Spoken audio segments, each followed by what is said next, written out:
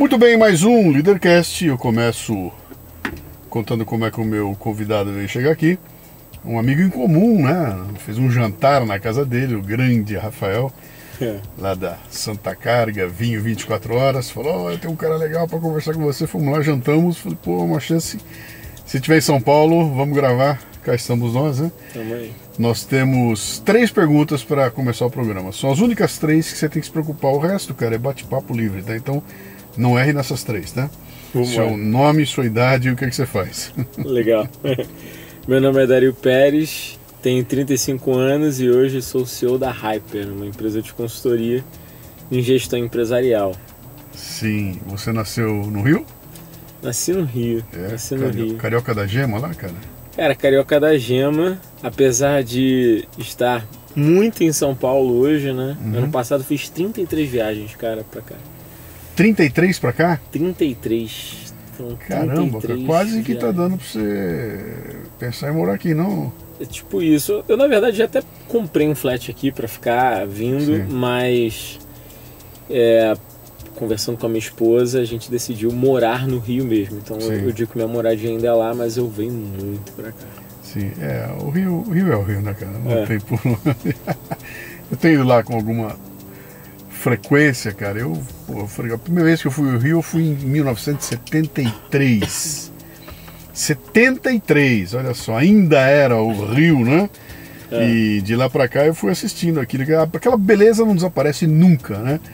Mas ele tá maltratado, cara. Ele apanhou de montão. Apanhou muito. Puta, os últimos 10 anos foram sofridos no Rio. Bem. E eu tava lendo assistindo alguns vídeos do pessoal, o cara falando, bicho, aquilo não tem expectativa de melhora no curto prazo, não, cara. Porque é um caldeirão social.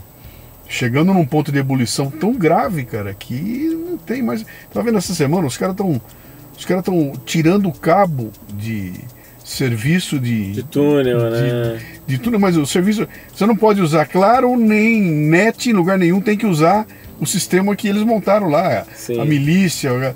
Cara, estão tomando conta, né? O Rio de Janeiro ele é dividido em 2 partes, né? A Zona Sul, que é pro inglês ver. Sim. E o Rio de Janeiro de verdade, que eu costumo dizer. E a Zona Sul é a Orla, né? É a Orla. Você vai até Nossa Senhora de Copacabana, dali pra dentro o bicho pega, né? Exatamente. Você até estende um pouquinho Botafogo, Flamengo, mas depois é complexo. O Rio de Janeiro ele é dividido em 2 áreas mesmo, porque é bem diferente. Eu fui fazer uma palestra outro dia, eu fiquei hospedado no hotel ali no Catete. Sim. E saí pra dar uma volta na rua, cara. Eu fiquei, meu Deus do céu, cara. O Catete mudou muito. Não mudou muito, mas a beleza tá lá. A beleza tá lá, né? Então, de qualquer forma, se eu morasse no Rio, eu também não mudava pra cá. Eu gosto, apesar dos pesares, eu gosto muito do Rio, porque o Rio ele tem essa questão de proximidade, de amizade. O carioca ele é realmente muito próximo. Sim. Eu gosto disso, e mais do que isso, a gente hoje, né, eu tenho eu posso dizer que eu tenho uma vista privilegiada da praia. Eu estou num quarteirão que é a 1 quadra da praia. Realmente eu não posso negar que eu estou privilegiado, porque eu moro no Leblon, numa situação super legal. Então, assim, é bem aquém do Rio de Janeiro. Mas já rodei bastante, cara. Assim, minha família é realmente uma miscelânea brasileira. Meu pai é espanhol, ele veio para o Brasil aqui morar, conheceu minha mãe, que era da Baixada Fluminense. Então, assim, são 2 polos, 2 culturas completamente diferentes, e minha casa sempre foi de uma cultura europeia, né, muito refinada, e de uma cultura da Baixada, onde é uma favela plana, né? Então eu tenho 2 famílias, uma família que mora nas colinas da Espanha, e outra família que vive, uma parte da família que ainda vive numa favela plana no Rio de Janeiro. Então, eu cresci no meio de uma cultura que para mim foi muito importante para a formação de caráter, mas é diferente. Então eu posso dizer que eu respiro de muitos mundos. Você tem irmãos? Tenho uma irmã. O que seu pai e sua mãe faziam? Ótima pergunta. Eu acho que daí vem muita coisa do que eu sou hoje. Minha mãe, ela é funcionária pública, ela teve uma história de muita luta, né? Porque, como eu disse, ela veio de uma situação zero confortável e em determinado momento ela entendeu o seguinte, né? Ela é filha de um avô e de uma avó que tiveram 6 filhos na verdade, 7 com ela, e todos não se formaram, não tinham muita dificuldade até de cumprir a escola, depois todos conseguiram até fazer algumas coisas legais na vida, mas naquela época era muito difícil. Ela falou, eu preciso me descolar dessa realidade. E qual foi o caminho que ela viu? Concurso público. Então minha mãe não se formou, nem terminou o colégio, ela só fez uma coisa, estudar para passar na prova do concurso público. Ponto. Sim. E graças a Deus ela conseguiu fazer isso, ela daí então conseguiu se mudar para o centro do Rio de Janeiro, conheceu meu pai era um espanhol que também veio de muita luta, ele veio da Espanha para ser garçom no Brasil, fugido de guerra, para não servir, né? Na época a Espanha estava extremamente conturbada, ele foi garçom, cresceu como garçom, comprou o restaurante que ele foi garçom. Eita! Depois que comprou o restaurante, comprou outros restaurantes, comprou hotéis, teve uma vida bem diferenciada de empreendedorismo. E só que infelizmente ele foi acometido por câncer, e naquela época a câncer para se tratar custava muito caro, então ele teve que se desfazer de empresas, olha que louco, né? Para poder trabalhar esse tipo de tratamento. E minha mãe, para ela não interessava nenhum tipo de negócio, só interessava meu pai, então ela realmente falava, você vai se desfazer dos negócios para tentar se tratar, depois a gente reconstrói. Ela que veio do nada, né, para ela isso era normal. E ele conseguiu? Não, ele durou alguns anos a mais, mas não conseguiu se curar, ele faleceu de câncer. E daí veio meu primeiro aprendizado enquanto empresário, porque meu pai tinha, ainda que ele tivesse se desfeito de muitos negócios, ele ainda tinha alguns negócios. Quando ele veio a falecer, ele não preparou nada de processo de sucessão, de contratos, era tudo na boca, no fio do bigode, no aperto de mão, e quando ele veio a falecer a gente simplesmente não teve nada. Então assim, até existe uma diferença entre como eu vejo meu mundo e como minha irmã vê o mundo dela, porque ela cresceu numa situação diferente da minha. Eu já cresci sem ter esse tipo de coisa. Minha irmã cresceu num ambiente onde ela tinha muito mais coisas do que eu tive, né? Porque a gente tem uma diferença de idade de 10 anos. Então, quando criança... Ela é mais velha? Ela é mais velha. Mais velha, sim. Então ela tem uma diferença grande nisso. Vem cá, uma coisa que você falou que é interessante aí, quer dizer, vocês, de repente, seu pai morreu e de repente vocês não tinham nada, o que significa que quem poderia estar compartilhando com vocês a sociedade que tinha com seu pai virou as costas e deu um belo foda-se. Ninguém manteve palavra, ninguém quis saber. Foi isso mesmo. Tão simples quanto isso. Todo mundo, alguns até se sensibilizaram durante o tempo, mas como inventaram essas coisas no Brasil demorou muito tempo, eles acabaram se afastando. Eles falaram, cara, não vou segurar esse, entre aspas, pepino durante anos por um inventário que vai se demorar, que existe litígio, que existe um monte de problema. E aí os poucos que ficaram foram se afastando ao longo do caminho e a gente ficou bem desguarnecido. Foi até uma questão bem específica da minha vida, porque... Que ano era isso? Foi em 96. Eu tinha 6 anos. Né? E aí dos 6, 7 ainda estava tranquilo, mas a partir de 98 a 99 todos já tinham se afastado.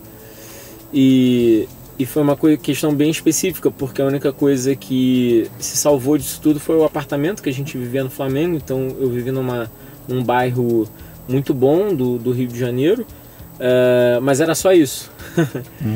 Minha mãe tinha dificuldade para pagar colégio, tinha dificuldade para, sei lá, comprar coisas. Não posso reclamar de nada da minha infância, longe do que a minha mãe viveu, por exemplo. Mas eu vivi numa situação onde meus amigos tinham uma condição muito superior à minha, sabe? Mas isso também eu acho que foi bom, sabe? Formou caráter. Você tava grudado nos foguetes que estão subindo, né, cara? Você Exatamente. Não tava nos foguetes que estão parados ou caindo, né? Você... Como era o teu apelido quando você era criança nessa época? 6, 7 anos? Sardinha, porque era tudo sardentinha. Esquentado, eu também era super esquentado. Minha mãe me botou em luta pra ver se eu relaxava. Eu arrumava confusão de tudo quanto é cara jeito. Nossa, era demais. O que o Sardinha queria ser quando crescesse? Cara, eu quis ser muitas coisas, mas eu acho que o que eu quase fui foi biólogo. Pô, legal, cara. Eu queria ser biólogo, eu prestei prova para a faculdade de biologia, passei. O que te atraiu lá? Pra mexer com o quê? Não sei, eu gostava de medicina. E aí ao longo do caminho eu comecei a ter receio de fazer medicina, porque eu ia tratar vidas e eu tinha, na época, né, jovem, eu falei, nossa, mas eu vou tratar a vida se alguém morrer na minha mão, eu não vou me perdoar. O que tem a ver com esse mundo que não seja matar uma pessoa, caso eu faça alguma besteira? Biologia. Biologia. Eu falei, bom, legal, vou ser biólogo. E eu comecei. Eu gostava muito de arqueologia, olha só que coisa louca. Puta, eu era fascinado por paleontologia primeiro. Paleontologia. Arqueologia em segundo, cara. Eu também, adorava, via Egito. Até hoje é uma fascinação, cara. Até hoje. Egito pra mim é o luxo. É o que né? Essa semana aqui eu tava todo animado com o anúncio da descoberta lá embaixo das pirâmides, aí fui ver, era tudo conversa. Tudo conversa. Não tem nada na mão, já tem uns sinais ali, já criaram uma estrutura, já... Você gosta de cinema, né? Você assistiu Aliens vs Predador? Sim. Viu que tem uma sequência lá embaixo da pirâmide? Eu lendo aquilo, eu falei, pô, é o filme, cara. Os caras acharam aquela estrutura embaixo da pirâmide, né? Mas fala uma coisa, e aí? Você prestou biologia, mas não... Prestei biologia, passei na prova da UERJ, a Universidade Estadual do Rio de Janeiro, e ia entrar, só que aí eu vi uma palestra de um biólogo, e ele me contou a história do biólogo, né? A carreira de um biólogo normalmente. Ele falou que o biólogo estuda 10 anos para ser professor de colégio, para estudar mais uns 5, 6 anos, para conseguir ser pesquisador, e em 20 anos ele estava bem posicionado. Aí eu falei, eu não vou fazer isso nem ferrando. É o tipo de trilha que eu não vou conseguir fazer na minha vida. E aí eu cheguei em casa depois dessa palestra, foram várias palestras, né? E aí eu cheguei, e nessa mesma palestra eu vi a palestra de um publicitário na época, e ele contando de como ele tinha feito as empresas, de como ele tinha feito cada anúncio. E eu fiquei encantado com aquilo, e aí ele usou aquela famosa frase, né, que a propaganda é a alma do negócio. Ele me falou aquilo ficou na minha cabeça. E aí eu cheguei em casa falando, mãe, não vou mais fazer biologia, vou fazer publicidade. Isso já era nos 2000? Já era 2000? 2000. 96 você tinha 6, com mais 6 da 2002. Foi 2007. Você tinha 12? 2007 por aí. 2007. Eu entrei na faculdade cedo, entrei com 17 anos e me formei com 20. Fiz faculdade em 3 anos. Legal. Porque eu simplesmente, quando entrei para publicidade... Bom, aí só para pegar o fio da meada. Cheguei em casa, mãe, não quero mais fazer publicidade, não quero mais fazer biologia, quero fazer publicidade. Ela falou, bom, presta mais um ano aí para entrar na pública, porque eu não consigo pagar a faculdade, é muito caro, né? Eu falei, putz, mas eu não vou ficar mais um ano nessa, não consigo. Aí esse meu melhor amigo, que eu tava te contando aqui, que ele é fissurado também em Star Wars... Esse meu amigo falou, pô, vamos fazer uma prova lá, que ele tinha medo de fazer as provas, né? Medo, inclusive, da pressão dos pais. Faz uma prova comigo na Veiga de Almeida. Aí fui na Veiga de Almeida e fiz a prova junto com ele, mais para apoiar ele. Só que, resumindo, eu gabaritei a prova. Aí me deram uma bolsa. Aí eu falei, posso fazer bolsa para qualquer cadeira? Pode, menos medicina. Eu falei, golaço, quero publicidade, me dá, dou. Aí eu ganhei a bolsa. Aí eu fui fazer propaganda e marketing na Universidade Veiga de Almeida, na Tijuca, e me formei lá. Só que quando eu comecei a fazer a faculdade, eu descobri uma coisa, que eu achei um porre. A faculdade? A faculdade. Mas olha uma coisa aqui, ó, o Leadercast é assim, tá? A gente vai e volta, dá umas voltas aqui. Boa. Olha que coisa interessante, você pega e fala para mim o seguinte, cara, de repente eu botei na cabeça que eu ia fazer publicidade, fui conversar com a minha mãe falou, pode tentar, mas eu não tenho dinheiro para pagar. Aí teu amigo te chama para ir dar um apoio, você vai dar um apoio, gabarita e consegue o curso no teu colo. Puta sorte, hein, cara? Sorte, cara. E aí, é sorte? Eu acho que, eu sempre digo que a sorte é sorrir para os competentes, né? Eu acho que eu sempre me botei pressão para entrar numa faculdade pública e eu acabei estudando. Então eu tinha aquela preparação, eu realmente me dediquei. Sim. Só que também foi sorte, porque a gente sabe que a grande verdade, quando a gente vai fazer uma prova, depende da pergunta que cai, depende de uma série de coisas. E eu realmente dei sorte, unida à competência, de cair aquelas perguntas que eu gabaritei. Eu sempre digo isso, eu não acho que é só competência não, porque talvez se caísse outras perguntas eu não teria passado. Mas acabou caindo, coisas que eu já tinha estudado, então eu fui lá e gabaritei. Eu sempre acho que é sorte com competência, né? A sorte e sorrir para os competentes. Se não estiver preparado, a hora que ela aparecer, ela passa batida lá, né? Aí você vai, pega o seu diploma de bacharel em propaganda, publicidade e propaganda, é isso? Isso. Me formei com 3 anos e meio, não podia formar abaixo de 3, então 3 anos e meio podia. Eu, no meio da faculdade, falei, cara, ou eu me formo rápido ou eu vou desistir disso. Por que você achou um porre? Achei um porre um monte de matéria. Eu entrei na faculdade achando que ia aprender um monte de coisa. Gestão Oliveto, achei que ia ver uns caras assim, que eu admirava. E aí a primeira matéria foi, sei lá, literatura. Aí eu comecei a ver, vou ter que aprender português de novo. Semiótica, nossa, louco. Eu ficava pra morrer, aprendi semiótica. Cara, eu tive uma cadeira de semiótica. Você teve também, né? Eu fiz comunicação no Mackenzie. No Mackenzie. Só que o meu foi 75 a 77. Ainda tem semiótica era em 2007. Era o primeiro ano de um curso novo que estava surgindo lá, que era comunicação visual. Eu chego de Bauru, falando porta, porco, por favor. Caio numa universidade como o Mackenzie aqui em São Paulo. Que é forte, né? No primeiro ano do curso, que foi no curso nacional daquele ano, né? Então havia uma promessa do curso que eu via encaixotada num canto, né? Pô, vai ter um puta estúdio de televisão, tava tudo encaixotado. Foi ter depois que eu saí da coisa, né? Mas eu caí de cara, semiótica, desenho industrial, que pariu, cara. Que doideira. Aí eu falei, nossa, isso é muito chato, tem que me formar. Me formei rápido, já tava estagiando, e daí foi. Daí comecei a fazer estágio, meu primeiro estágio, arranjei um trabalho longe pra caramba de casa. Você tinha na cabeça já o bichinho do vou ser dono da firma? Já estava ali ou você estava olhando, não, eu acho que dá para fazer uma carreira legal numa grande empresa, ou vou estudar para ser funcionário público, passar num concurso?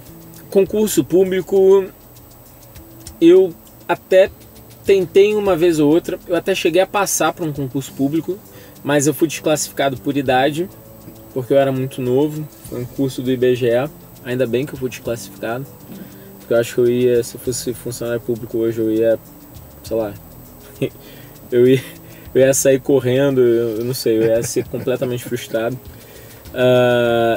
E não, cara, na verdade não, eu comecei a fazer... Eu sempre pensei que em algum momento poderia ter um negócio, mas eu nunca pensei que fosse ser tão rápido. A grande verdade é que eu comecei a trabalhar em algumas empresas, eu comecei a dar muito resultado, eu comecei a me frustrar com os resultados obtidos. Eu entrei numa empresa específica, uma distribuidora de produtos médicos, e foi meu último emprego antes de eu empreender. E aí ali eu fui gerente de uma linha de produtos médicos. E cara, eu vendi pra caramba, assim. Não vendi o que podia ser vendido, mas pro setor que estava começando eu porrei de venda. E porrei de venda porque eu comecei a estudar marketing, estudei finanças, aprendi que finanças era uma coisa super importante. No meu outro emprego eu já estava analista de marketing antes desse, e a gente não conseguia aprovar nada com o diretor financeiro, minha gerente não conseguia aprovar nada. Uma vez eu fui na reunião e eu vi que tudo que ele pedia para ela falar, ela não falava. Tipo, mas qual é o ROI disso? E eu, o que é isso? Eu comecei a estudar finanças e eu falei, cara, eu tenho que aprender finanças, porque é com finanças que eu aprovo as coisas. Você sabe que na minha época de indústria, né, eu trabalhei 26 anos numa multinacional, né? Eu era o cara do marketing, uma multinacional de autopeças, e eu tinha que todo ano negociar o budget da minha área com 18 controllers, que eram 18 unidades diferentes, né? E ali eu desenvolvi o conceito de que você tem que aprender a falar a língua do bandido, do índio. Porque tem um índio e tem um mocinho. Eu sou mocinho, ele é o índio. Se eu não souber falar a língua dele, cara, eu tô. Então eu tenho que aprender a falar a língua do índio, né? E uma parte importante foi exatamente isso. Falar, o que esses caras comem? O que eles leem? Onde é que eles estão? Deixa eu entender como é que tá o mundo dele. Outra, trazer os caras pra cá, né? Meu, vem ver como é que funciona a minha área. Porque se eu olhando de fora, Pô, os caras do marketing é tudo sonhador, não sei o quê. Isso. Eu tô montando uma feira, vem comigo montar junto comigo pra você ver o que é, né? Então essa coisa que você falou é importante aí, sabe? Deixa eu aprender a falar a língua do índio, cara. E mudou tudo. Mudou tudo. Foi aí que eu comecei a tomar gosto por finanças. Inclusive foi nesse momento que me deu história que eu falei, cara, finanças não é matemática. Sim. E aí eu falei, cara, eu gosto de finanças. Eu não gosto de matemática. E eu sempre tive esse receio, né? Eu não escolhi administração porque eu pensei, putz, tem matemática. Mas finanças não é matemática. Até fica a dica para quem está escutando a gente, finanças não é matemática. Finanças é uma disciplina fundamental para qualquer pessoa, principalmente o brasileiro que vive numa economia que oscila bastante. Mas aí eu aprendi finanças, aí fui para essa empresa, vendi muito, entendia de finanças, logística, marketing, porque eu tinha que ver tudo do produto. Eu era um intraempreendedor ali, porque realmente eu levantei o setor. Fiz muito resultado, mas as alocações dos recursos que eu gerava eram mal empregadas, eu não gostava daquilo. E aquilo começou a me mexer. E aí eu fui eu estudei fora, né? Eu consegui uma bolsa junto com a empresa, mais um pouco que eu paguei, né? Foi um meio a meio ali. Estudei na Universidade da Califórnia, Berkeley, gestão de produtos. Voltei com a cabeça virada. Já tinha um MBA, já estava sendo meu segundo MBA. E aí voltei com a cabeça virada. Que ano? Foi 2014. Perdão, eu já tinha 2 MBAs. Saí da faculdade e saí metendo MBA. Fiz um de marketing na IBMEC e outro de gestão em negócios na FGV. Aí fiz esse terceiro em Berkeley. Aí voltei com a cabeça virada. Eu falei, cara, vou montar um negócio. E nesse inteirinho, as outras unidades de negócios dessa empresa começaram a me chamar para montar projetos para eles terem os mesmos resultados que eu comecei a ter. E tinha um cara, o Carlos Sanho, eu sempre falo dele, um cara que eu admiro pra caramba. Ele foi consultor dessa empresa. Eu achava muito maneiro o que ele fazia. Chegava lá, apitava, dava um monte de questão, montava o projeto do jeito dele, e a galera meio que tinha que acatar, porque eu acho que, sei lá, ele cobrava caro, e todo mundo, pô, o cara cobra caro, tem que escutar esse cara. Ele tinha uma visão, um poder dentro da empresa que um colaborador até com mais tempo não tinha, porque tinha aquela visão de consultor. Eu falei, cara, isso é maneiro. E aí montei uma carreira em cima disso, falei, eu quero ser consultor de negócios. E aí assim que eu voltei, eu falei, como é que eu tenho autoridade para ser consultor de negócios? Dando aula. Tem que dar aula, porque se eu for professor, o cara me respeita. Na época ainda tinha muito isso. Hoje isso mudou muito, né, galera?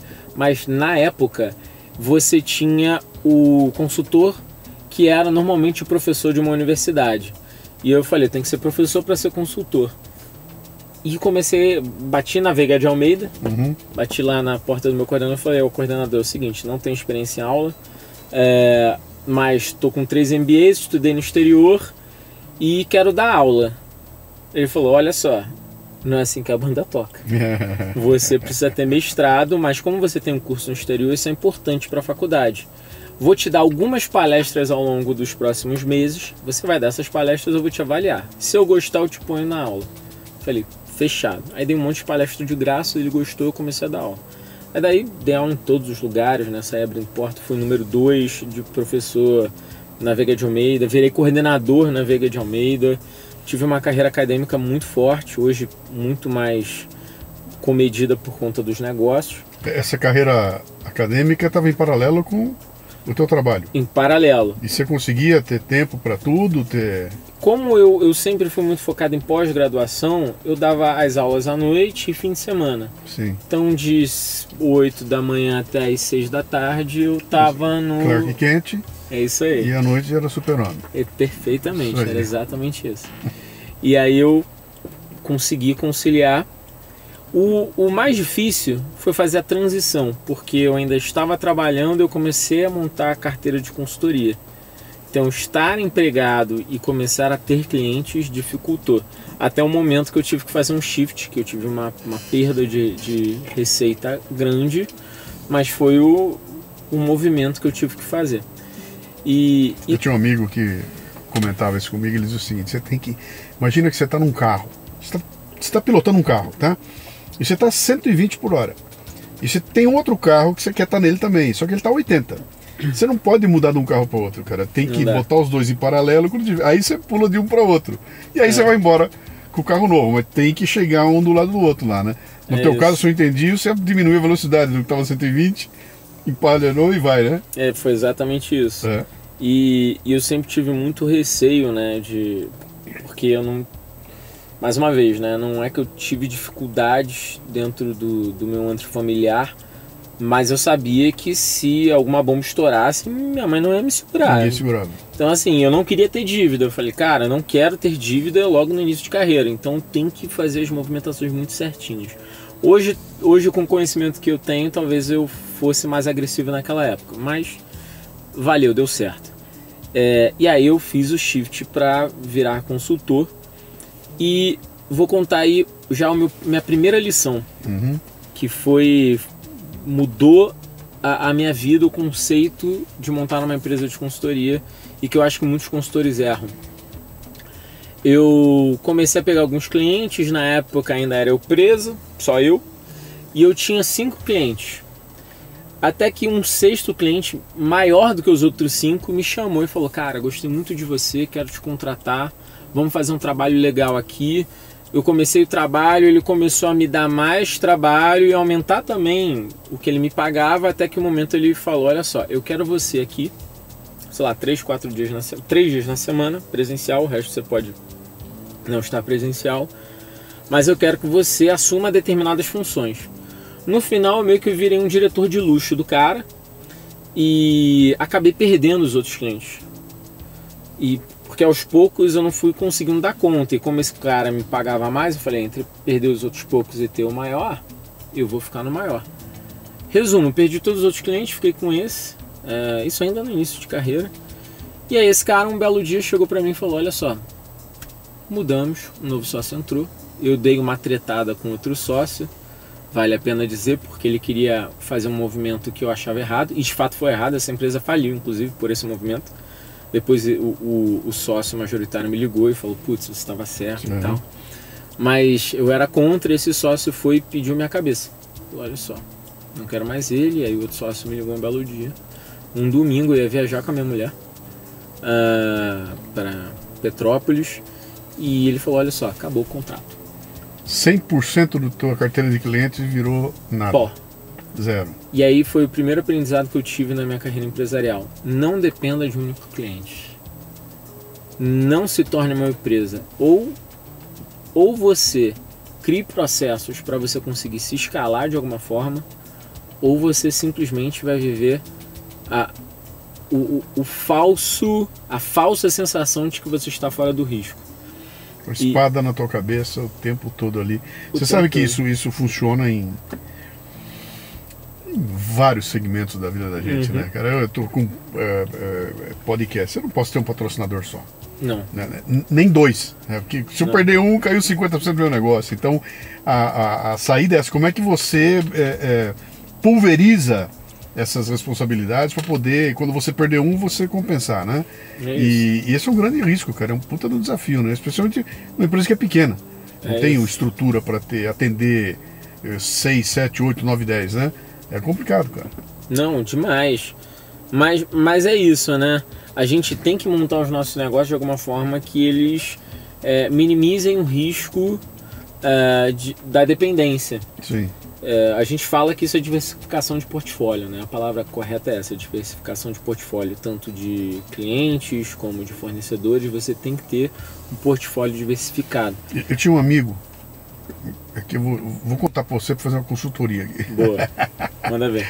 Um amigo lá do Nordeste, que tinha uma empresa na área de informática e tudo mais, e o principal cliente dele era serviço público. Não sei com o que ele trabalhava lá. Eu sei que lá pela Santa muda o governo, entra uma estrutura nova lá, os caras chamam ele lá e falam, meu, eu quero o meu. Você fazer negócio comigo aí vai ter que, um pedaço vai ficar aqui, ou seja, pedindo a comissão deles lá, né? E o cara, por uma postura ética dele, ele falou, cara, eu nunca fiz esse jogo e não vou fazer esse jogo, cara. Só que é o seguinte, esse cara era 70%, 80% do meu negócio. Se eu não fizer o jogo, eu tô fora do negócio. E o cara tava numa puta de uma agonia. O que eu faço, cara? Vou embora daqui, vou sair dessa cidade, vou sair desse ramo, vou passar a atender só empresa privada. E ele jogou isso num grupo de discussão nosso lá, cara, e foi difícil, porque, cara, que puta decisão para ser tomada nessa hora. Ou seja, continue firme, não abra o jogo, perca 70% do teu ganha-pão e comece de novo, cara. Ou então chuta o pau da barca, e ninguém chegou a uma conclusão, cara. Chegou no fim da reunião, ninguém sabia direito. Difícil, cara, é complexo. O que fazer ali, cara. Eu tive uma situação parecida, viu? Eu tive uma distribuidora de produtos médicos nesse inteirinho. Eu vendi ela porque eu cheguei nesses problemas com o setor público. E aí eu simplesmente olhei e falei, eu não quero fazer parte disso. Eu saí do negócio. Foi uma situação difícil, porque era um negócio que dava dinheiro.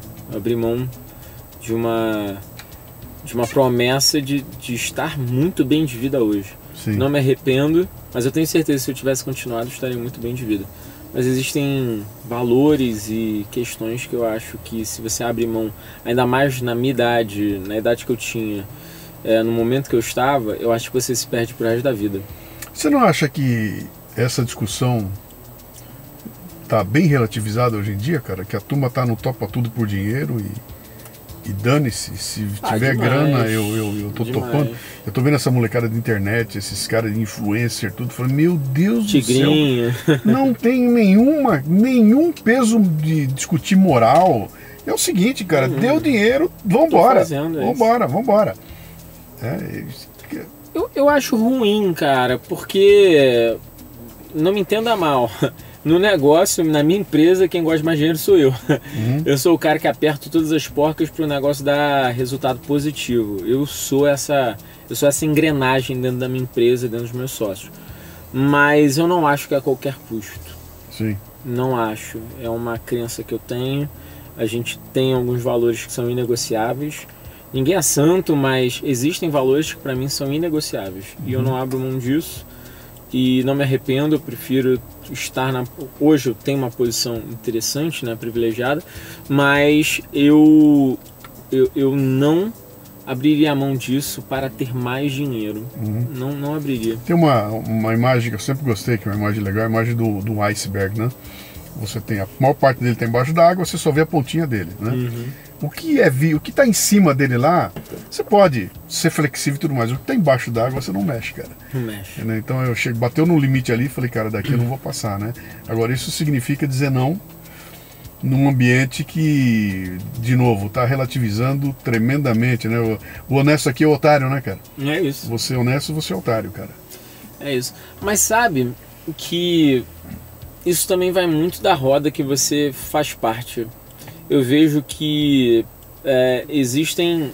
É um pouco mais difícil, pode ser, mas existem empresários como eu, como você, que levam isso muito a sério. E isso é o que me segura. Porque realmente, hoje, para você fazer besteira e ganhar dinheiro, é mais fácil muito mais fácil que você fazer certo e ganhar dinheiro. Mas eu acho que é isso. Existem valores que você não pode abrir mão dentro da sua vida e que se você abre, eles vão te atormentar pro resto da sua carreira.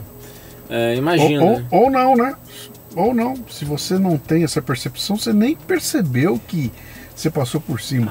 Cara, quando eu me formei, eu saí da escola para ser artista gráfico e tudo mais, né? E eu era bom no que eu fazia, cara. Eu tinha sido premiado como cartunista já, prêmio nacional e tudo mais, né? E eu falei, cara, com essa competência que eu tenho aqui, ninguém me segura, cara. Eu vou pintar e bordar baseado na minha competência. E eu rapidamente descobri que, cara, a competência era só um percentual pequenininho, cara. Se eu não conhecesse o cara certo, a minha competência não ia abrir porta nenhuma. Eu ia muito tapinha nas costas, né? Pô, mas abrir porta não era a competência, era outro jogo. Era um jogo de política, de estar presente, de falar com o cara certo na hora certa, de com os cotovelos você abrir teu espaço e tudo mais. Nada disso se aprende na escola. Você não tem aula disso na escola, né? E foi difícil, cara. O dia que eu caí em mim, que eu tava com a minha pequena empresa lá, que não acontecia nada, eu não cresci nada, eu olhei e falei, cara, eu tô baseado no meu talento. E aquilo foi bravo, cara. Foi um chute no saco. Mas isso, eu acho que é uma característica que o empreendedor precisa aprender, que em algum momento, eventualmente, você aprendeu. Se conectar, fazer networking, mas até aí tudo bem. Eu acho só que existem valores que você não pode abrir mão. Quer ver um exemplo prático? Você falou da área de saúde. Eu conheci empresários que vendiam produtos de saúde e não entregavam produto. Não entregavam, vendia produto, vendia e entregava.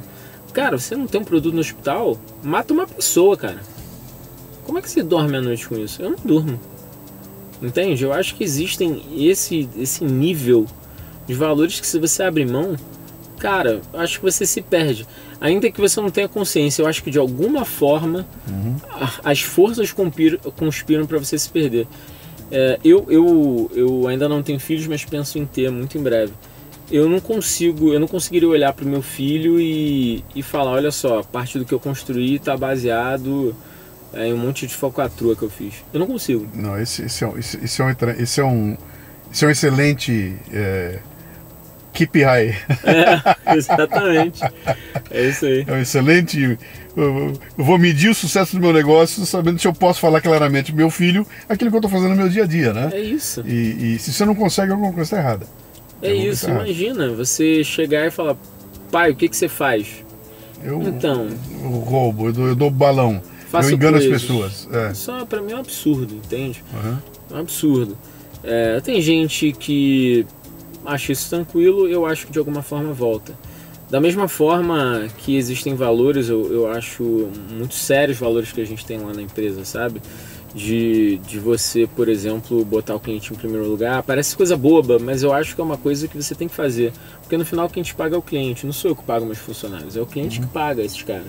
A tal da empatia, né, cara? Empatia. Isso é o nó da sociedade, é a empatia, cara. Quando você consegue entender o que é eu estar no teu lugar, tudo muda, né, cara? Muda a percepção que você tem das coisas, muda...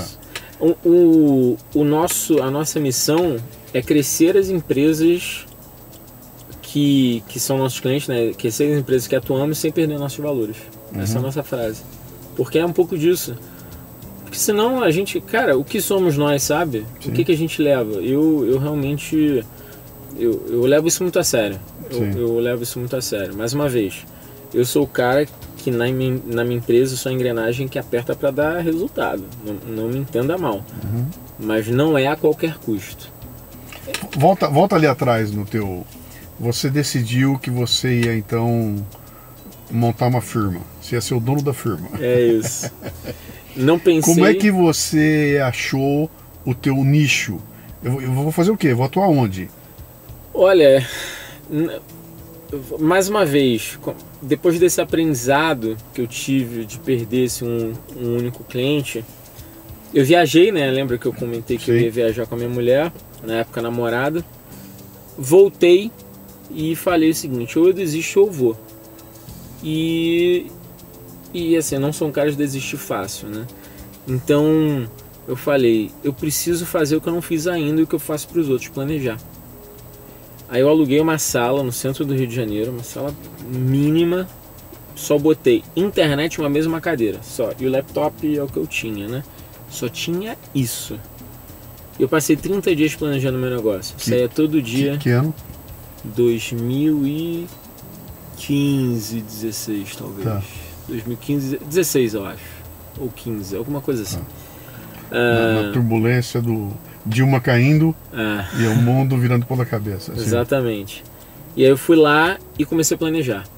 Nesse interim até recebi proposta para fechar com o cliente, mas eu falei até pro cara, na época, ou melhor, era uma mulher, eu falei pra dona do negócio, falei, olha só, vou fechar, não posso negar cliente, porém, só daqui a 30 dias, no caso 20 dias, quando ela me ligou, porque eu vou planejar meu negócio. Eu planejo meu negócio. E desde então, Luciano, meu negócio nunca caiu. Você fez sozinho, planejamento? Fiz sozinho, eu comigo mesmo.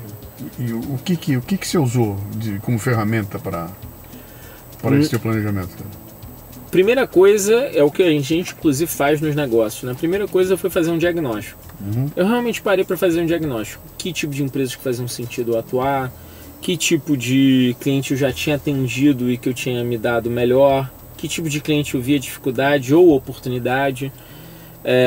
Eu fui olhar também as consultorias que estavam na época no hype para saber como elas se posicionavam. Fui entender quais eram as fraquezas de posicionamento que elas tinham. Fiz cliente oculto com essas empresas, ligava para as empresas e tentava entender o que elas tinham de diferencial, óbvio, claro, com muita ética, com muita coerência, mas e de forma muito transparente, ligava e perguntava, olha, sou uma empresa de consultoria, quero aprender, quero entender como é que vocês fazem. Fui entender tudo isso que eles faziam e depois disso, com muito já em suma, eu fui fazer um planejamento estratégico. E aí eu usei a metodologia que hoje é a que eu mais curto, que é o Balanced Scorecard. Sim. E falei, beleza, eu tenho aqui 4 pontos que eu tenho que solucionar: finanças, cliente, processos, recursos humanos. Eu quero chegar nesse patamar, eu quero ser uma empresa que consiga competir com uma Ernst Young, com uma Deloitte, com uma McKinsey, e McKinsey principalmente porque, sendo bem sincero, não sei se pode falar mal aqui, mas a McKinsey, à vontade. A McKinsey é uma que eu respeito demais. Tem 2 consultorias além da minha que eu gosto bastante: a minha, a McKinsey e a Visagio do Rio de Janeiro. Essas 3 para mim no Brasil eu acho que são as melhores.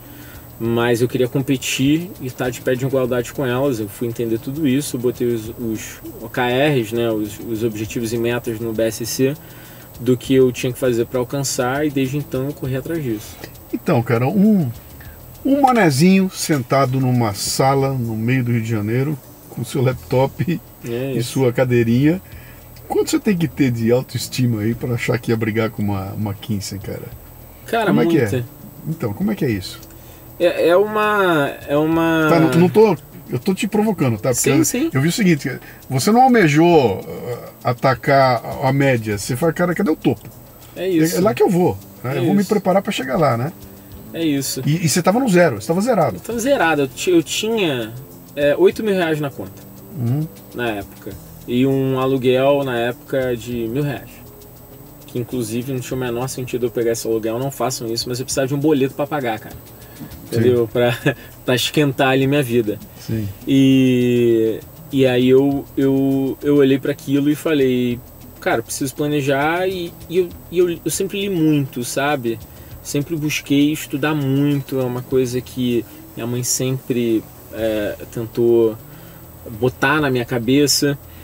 E eu fui vendo os livros, cara, eu ia lendo os livros. Eu li inclusive o próprio livro da McKinsey, que conta nos bastidores da McKinsey, um livro muito bom, que conta como eles surgiram, e eu percebi que eles surgiram como eu surgi.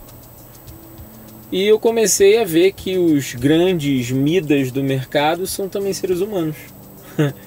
Eu falei, se eles são seres humanos, eu posso fazer isso também. Sim.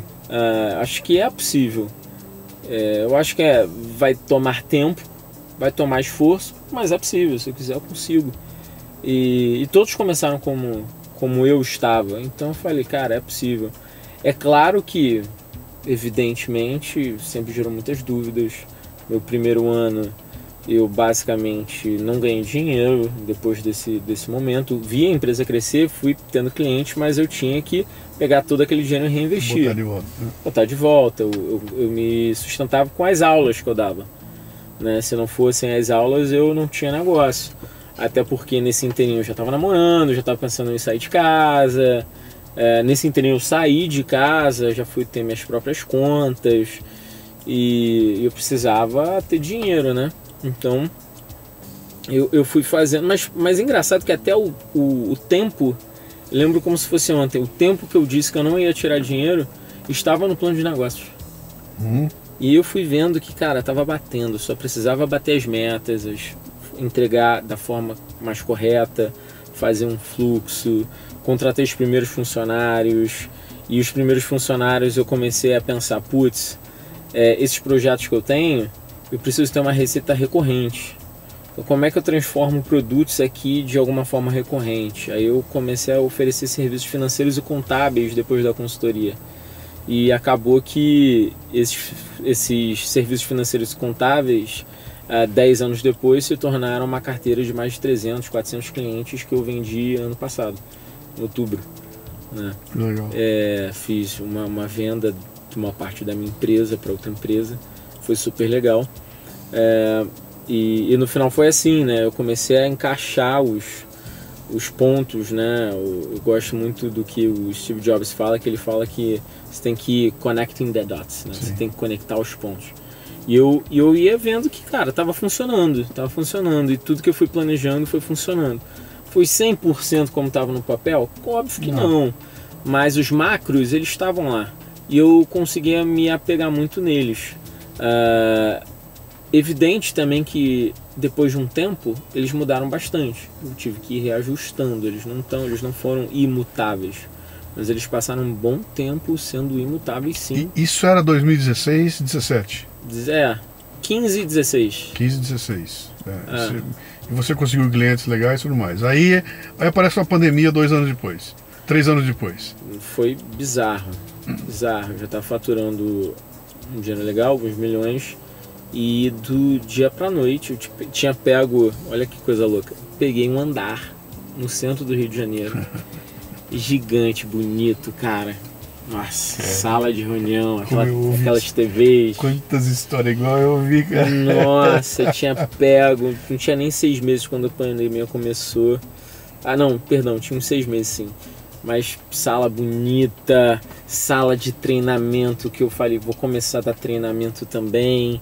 A sala do time, e o time crescendo, eu já devia estar, sei lá, com uns 30 pessoas. Tinha acabado de pegar uma empresa menor de tecnologia, que depois eles viraram até ser meus sócios no negócio como um todo, né, pra gente oferecer gestão, marketing e tecnologia. Peguei esses caras, eles se tornaram meus sócios, depois se tornaram sócios do grupo, mas nesse momento estava indo bem. Cara, sim, negócio indo. Aí do dia pra noite, pau.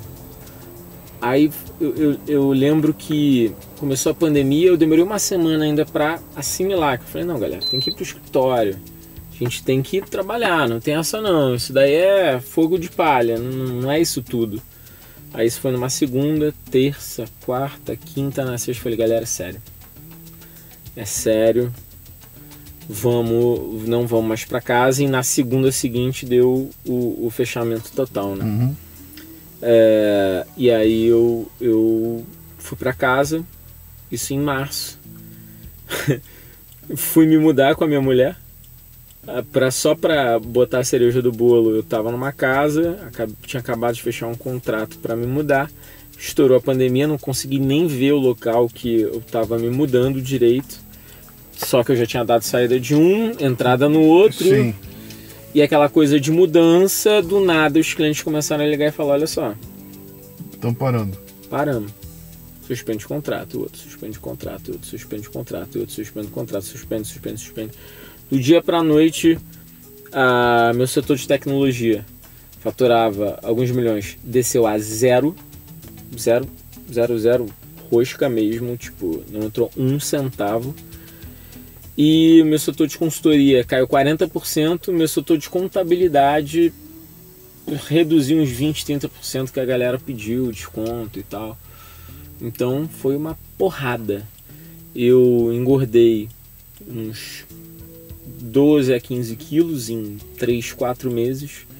Simplesmente virei à noite 3 meses seguidos direto. Fiquei doente, cara. Fiquei mal. Tentando resolver essas questões. E além de cuidar do meu negócio, a minha atividade fim é cuidar do negócio dos outros. Claro. Então, assim, foi força-tarefa com todos os clientes, que todo mundo me ligando, Dario, o que eu faço? Eu não tinha Dario suficiente para resolver todos os clientes. E meus times, apesar de serem muito capacitados, eles estavam, Dario, a gente precisa de um direcionamento, porque a gente não foi treinado para isso. Ninguém sabia o que ia acontecer. Eu me lembro vamos parar por 15 dias, sabe? Depois mais 15, depois mais 15. E aí ficou claro, cara, qual foi o grande problema? O problema é que tiraram o horizonte da frente da gente. Se tivesse aparecido um horizonte, vamos parar 180 dias, pelo menos você tinha um horizonte. Quando você não tem um horizonte, cara, é barata tonta, cara. Para que lado nós vamos? E agora? Barata o que vai acontecer no mês que vem? Semana que vem ninguém sabia. E aí aconteceu, depois de 3, 4 meses, a mudança. E aí a gente decolou, cara. Por quê? Porque a gente começou a digitalizar todo mundo. A gente tinha tecnologia, a gente entendia pra caramba do digital já. E a gente começou a ofertar como solução para os clientes. Olha só, tá vendo esse produto no teu PDV? agora eu vou pedir para o meu consultor para treinar todo mundo no WhatsApp. O WhatsApp, a gente vai vender todo mundo no WhatsApp. A gente vai fazer um treinamento, a gente juntou, inclusive cliente de um lado, cliente do outro, clientes que nem se conheciam, que era de varejo, olha só, é WhatsApp.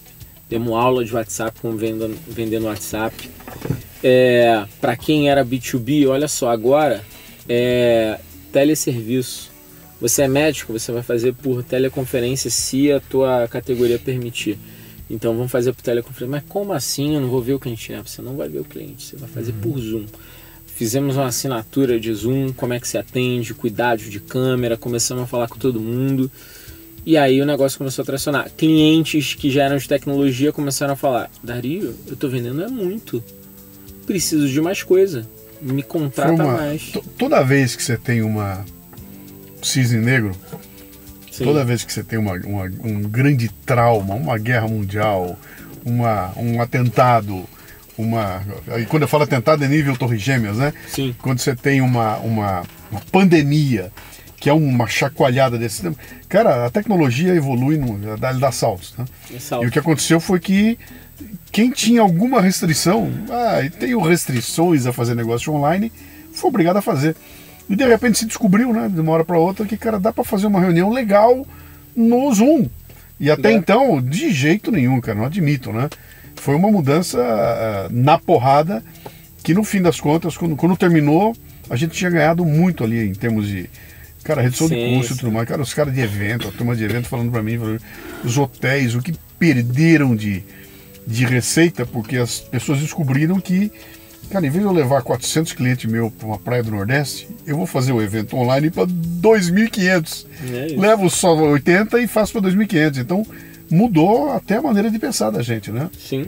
Foi uma doideira, cara. E a gente decolou, cara. A gente vendeu muito, clientes aumentando o contrato e... Você reduziu o tamanho da tua empresa? Reduziu?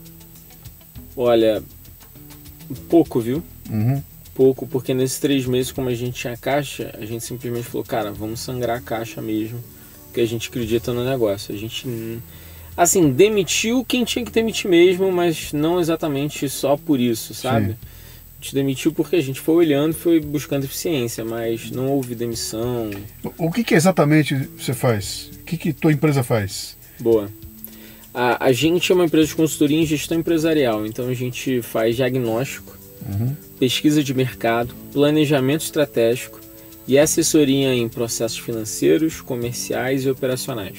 Okay. Além disso, a gente trabalha muito com tecnologia. Então a gente tem uma área de digitalização para empresas muito forte. Também temos uma área de M&A. Então a gente faz valuation e intermediação, compra e venda de empresas. Sim. Hoje a gente já está fazendo esse tipo de movimentação. E aí a gente começou a expandir para outras unidades de negócio, né? Além disso, a gente também tem um podcast, você bem sabe, né? Chamado Papo de CEO. A gente tem uma comunidade de negócios no Rio de Janeiro, chamada High Level Club, que é uma comunidade para empresários. Nomes muito relevantes do Rio de Janeiro estão nessa comunidade, como Bagajo, Supermercado Zona Sul, Blue Man, grandes nomes do mercado carioca. E a gente tem uma área de venture, que investe em startups. Então a gente tem 15 startups investidas lá, que, enfim, eu escolhi a dedo para poder fazer esse processo de ciclo. E mais recentemente a gente lançou uma spin-off de um negócio que a gente fazia lá chamado Contrata PJ, que é um sistema de gestão de contratos PJ. Basicamente a gente criou uma sistemática para mitigar risco trabalhista e fazer toda a operacionalização de contratações PJ.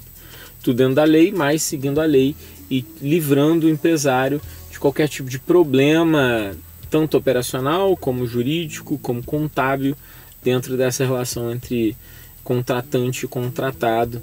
É uma startup que a gente está crescendo demais. Recebemos investimento recentemente. Recebemos um pouco mais de R$500 milhão para crescer o negócio. E agora já tem outra rodada que os próprios investidores querem investir mais de R$500 milhão. E já temos aí mais de 1.500 PJs em menos de 6 meses. E um pouco mais de 40, 50 empresas e está indo super bem. Tá usando IA? já tem IA no sistema já para poder fazer a revisão de contratos. A revisão dos contratos PJs é feito por IA hoje já. Quanta coisa diferente, né, cara? É que você tá falando para mim, eu tô imaginando todas elas, mas é tudo na mesma direção. É tudo na mesma direção. Não é que você tá fazendo pão e resolveu agora vender peça de automóvel. Não, tá tudo na mesma direção. Tudo é primo, né? Tudo é próximo, tudo é primo. Tudo é a gente costuma dizer que é um ecossistema Hyper. Tudo é um ecossistema. O cliente entra no nosso ecossistema através de palestras ou até mesmo curso, ou assistindo nosso podcast.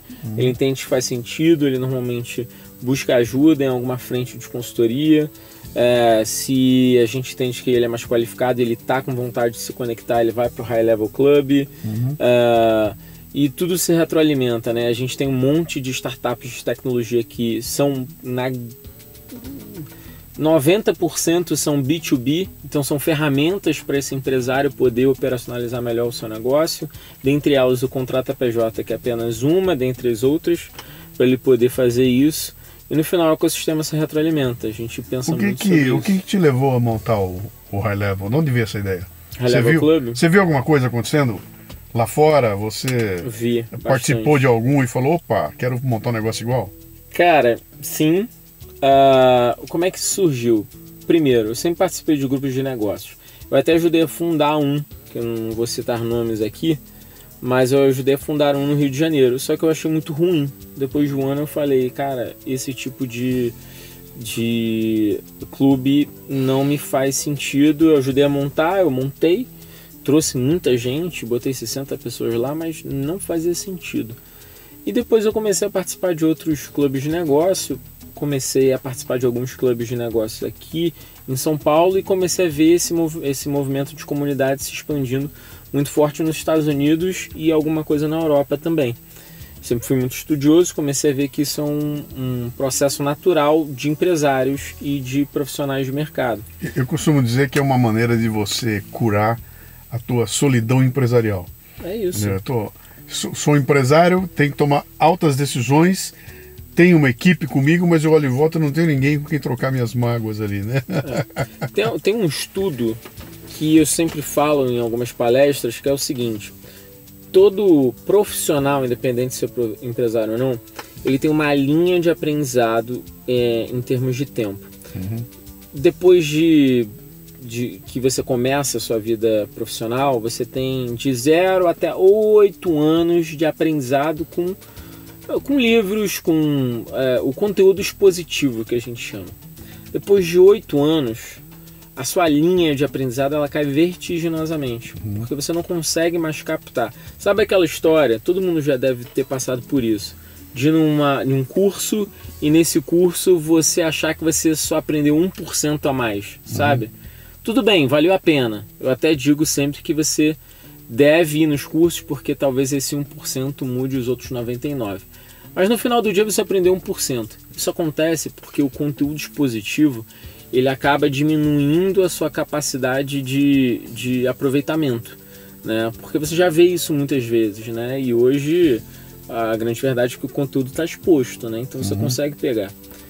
Só que existe um tipo de conteúdo que faz com que você realmente aprenda e que essa linha, inclusive, ela cai muito pouco ao longo dos anos nesse tipo de conteúdo, que é o conteúdo relacional, é o conteúdo através de comunidade, é o conteúdo através de relações interpessoais, que nada mais é do que uma conversa, o que a gente está fazendo aqui.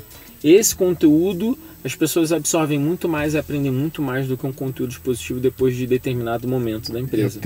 Eu tenho a minha palestra no meu Everest, no meio dela eu falo dessa... Eu estava num impasse que eu ia lá para o Everest e havia risco de vida, aquela coisa toda, e aí eu estou discutindo e falo, eu estou me metendo numa fria sem tamanho. Primeira coisa que eu preciso fazer é conhecer onde eu estou me metendo, né? Então, o que eu vou fazer para conhecer onde estou me metendo? Eu vou recorrer a conhecimento explícito. Onde é que está? Sistemas formais. Eu vou ler livro, vou ver filme, vou assistir palestra, vou navegar na internet, vou fazer o diabo aí e vou aprender um monte com isso. Só que tem um problema, cara. O sistema formal, ele transfere conhecimento explícito. Ele não transfere o implícito. Então, tudo aquilo que eu consigo desenhar, fotografar, escrever, cabe numa folha de papel, eu posso te dar. te dou eu uso na palestra, te dou uma receita para fazer o pudim. Você vai lá, pega a receita, faz o pudim fica uma merda. Aí você fala, pô, seguir a receita, o que faltou? Faltou o que não cabe na receita, cara. O implícito. Cadê o jeitão? Né? Cadê o... como é que você escreve na receita o jeito de fazer, mexer a calda? Não tem como, né? E tem coisas que você não vai conseguir aprender lendo em lugar nenhum. E é nesse contato, encostei no cara, olhei no olho dele, vi o brilho no olho, ele me contou, me deu um insight desse tamanho que mudou toda a minha vida ali, mas só aconteceu porque eu estava com ele. Se eu tivesse lido o artigo dele, eu não teria o mesmo insight. É isso. O fato de estar junto com ele e ouvir ali, e é para isso que serve. Eu criei um grupo também, o MLA, né? Master Life. O meu, não tem MBA? Sim. Eu criei o MLA, Master Life Administration, né? Que a intenção não é como o teu grupo, não é um grupo de negócios, é um grupo de vida. Então, rola negócio? Claro que rola, mas ele tá numa outra dimensão, né? A gente quer sair de lá e tem evento lá que o cara chora. Não é evento de mas é, né? No final das contas é. Mas a pegada foi exatamente essa. Onde é que estão as pessoas, como eu, sofrem essa solidão empresarial, essa solidão intelectual? Tem mais gente assim? Tem. Vamos juntar esses caras? E aí é uma maravilha, né, cara? Porque você bota os caras numa sala, aquilo ganha uma dimensão. E eu preocupado em criar conteúdo, e um belo dia descobri que o conteúdo era o grupo. É isso. O grupo em si faz a coisa acontecer, né? E foi exatamente assim comigo. Eu comecei a perceber que tinha muito mais a aprender com essas pessoas do que eu poderia eventualmente aprender em outros lugares. E existe também um segundo problema, que é o seguinte: o Rio de Janeiro é o segundo maior estado do Brasil, perde para São Paulo em termos de receita, né? Só que o Rio de Janeiro é muito desunido. Lá a gente tem um grupo empresarial que não conversa, não tem um ecossistema unificado. Ao contrário de São Paulo. São Paulo eu sei que existem seus feudos, seus polos, mas existem comunidades aqui muito fortes. No Rio de Janeiro não. E eu moro no Rio, como eu te disse, eu não pensava em me mudar, e eu falei o seguinte: se eu vou viver aqui, e minha empresa, apesar de ter escritório em São Paulo, apesar até de ter mais pessoas em São Paulo que no Rio, mas se minha empresa, a matriz é no Rio, e eu não vou me mudar, eu preciso fortalecer então o mercado do Rio de Janeiro. E conversando até com as pessoas que passaram no meu podcast, os cariocas que passaram no meu podcast, eles falaram a mesma coisa. Eu simplesmente juntei umas 6 cabeças e falei o seguinte: olha só, tô a fim de montar uma comunidade de negócios. Do mesmo formato que a gente está vendo crescendo em São Paulo, mas eu quero alguma coisa para fortalecer o Rio. Você está comigo? Você está comigo? Você está comigo? Vambora. E aí começou. Eu já tinha lançado um grupo de negócios anteriormente, eu sabia mais ou menos como é que fazia, estratégia de lançamento, o que tinha que tomar cuidado na comunidade, atendimento, customer success, eu já sabia um pouco disso. Falei, vou montar a minha. E montei, e deu super certo. Graças a Deus. É interessante, né? Porque você está falando, eu estou me lembrando, cara. Foi uma comunidade de negócios. Quem está só ouvindo a gente aqui não está vendo agora eu fazendo alguns dedinhos, eu fazendo as aspas, né? Foi uma comunidade de negócios que criou a Bossa Nova no Rio de Janeiro, cara. Sim. Era um grupo de caras com os mesmos tipos de interesse que se reuniu na casa de alguém, e ali nasce um movimento cultural gigantesco que muda a história do país. E se olha para olha para o cinema, é muito parecido, né? Olha para as horas das artes, sempre foi assim. E de repente, quando você vem para o mundo dos negócios e o dinheiro entra grosso na história, parece que a turma é cada um por si, né, cara? Eu vou cuidar da minha vida e dane-se o que está em volta aí. Isso é um problema. Isso se reflete no Brasil como um todo, cara. Sim. O Brasil ele está todo sofrendo muito disso, né?